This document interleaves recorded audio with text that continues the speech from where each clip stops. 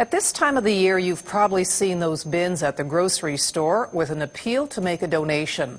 These drives aim to collect food for people in need. Maybe you've wondered what happens to those cans of beans or bags of pasta that you've dropped off. Tonight, we're going to show you.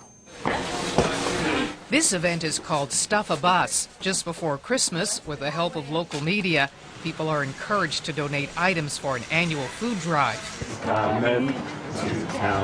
The idea is to fill a couple of city buses parked beside some grocery stores with as much food as possible. Well, we've seen in the last couple of weeks huge support from the community. We've seen a constant flow of food donations coming in from organizations, and churches and businesses and groups of people in the community who just want to do a little something more than they typically do this time of year. Wendi Campbell says this year, in spite of the sluggish economy, the Food Bank of Waterloo Region collected almost 68,000 pounds of food, up over 15,000 pounds from last year, and almost $67,000. That's more than double the money collected in 2008. Considering that the economy still is difficult, does that kind of generosity surprise you? It does and it doesn't. I think we live in an absolutely amazing community, and I think we live in a community where we know the importance of looking after our community. It's been a tough year, says Campbell. When unemployment goes up, they feel it almost immediately at the food bank. We've seen an increase in the number of people who are unemployed, who are accessing services for the first time.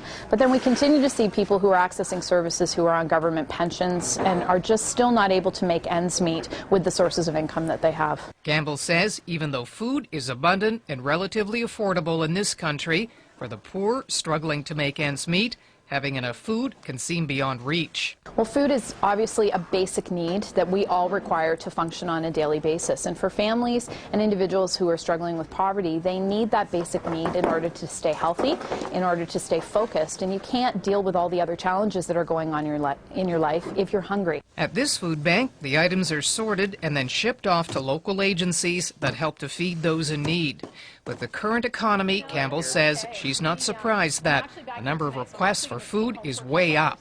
Programs are reporting anywhere from a 15 to 20% increase in requests for emergency food services. That's emergency food hampers and community meals. One of those programs they help is the House of Friendship's annual food hamper drive. Gift certificate here matches the name and address on this delivery card, and you give them a bag of potatoes. At this Waterloo warehouse, the push is on for volunteers to pack and deliver 3,400 food hampers. That's up 200 from last year.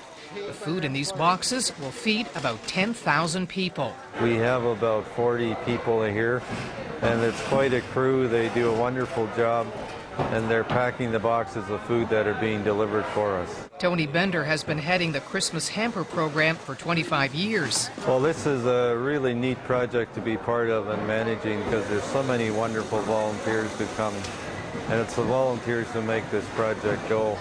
And without them, it wouldn't happen. Everyone here is a volunteer, some coming back year after year. A group of us decided that it would be a nice thing to do at this time of year. It's nice to be able to give back. It's a terrific sense of community and teamness. That's former Kitchener MP Karen Redman. What are you putting inside these boxes? I'm putting in juice packages for any box that has 2 or more people. This one has 1, so it got something farther down the line and I don't put juice in. Kraft dinner, peanut butter, popcorn, which is a personal favorite of mine, but it's a really nice variety so that people can supplement other things. We've got fresh apples, which I think is important too. We decided to follow one of these boxes along the assembly line. After it's assembled and marked, it rolls along and gets some canned soup, a can of peas, some more canned veggies, a couple of jars of peanut butter, and some peaches. The box also gets some fresh apples. Our box is then loaded up and heads for the loading dock, where volunteers like Robert Musselman will deliver it, along with a dozen other boxes that are on his assigned route. A semi-retired Elmira farmer, Musselman volunteers his time, his truck, and pays for the gas to do this. Well, I think it's 5 or 6 years, but my dad started doing this years ago, and I kind of wanted to follow in his footsteps a little bit, but it's to help people at Christmas time, especially when we know there's a lot of need. I know there's a lot of need for drivers here at House of Friendship. With help from his friend Elmer Weidman, the two begin a long day of delivering food hampers and bags of potatoes to people who have signed up to receive them. Heading into the dip. At this stop, there are two recipients living inside this apartment. It's Elmer, who takes a box to the unit on the first floor. Living here is Sandra Nickel, a grandmother who's raising her grandchild who's now 7. Sandra tells us she works part-time as a cleaner, and getting one of these hampers at Christmas is a great help. Pasta, hot rods, cookies, anything that helps us out is great, and the Salvation Army's been really good to us. There's enough food here to help Sandra serve a nice meal at Christmas and beyond. It means a lot. Like, it means there's people out there that are helping us out.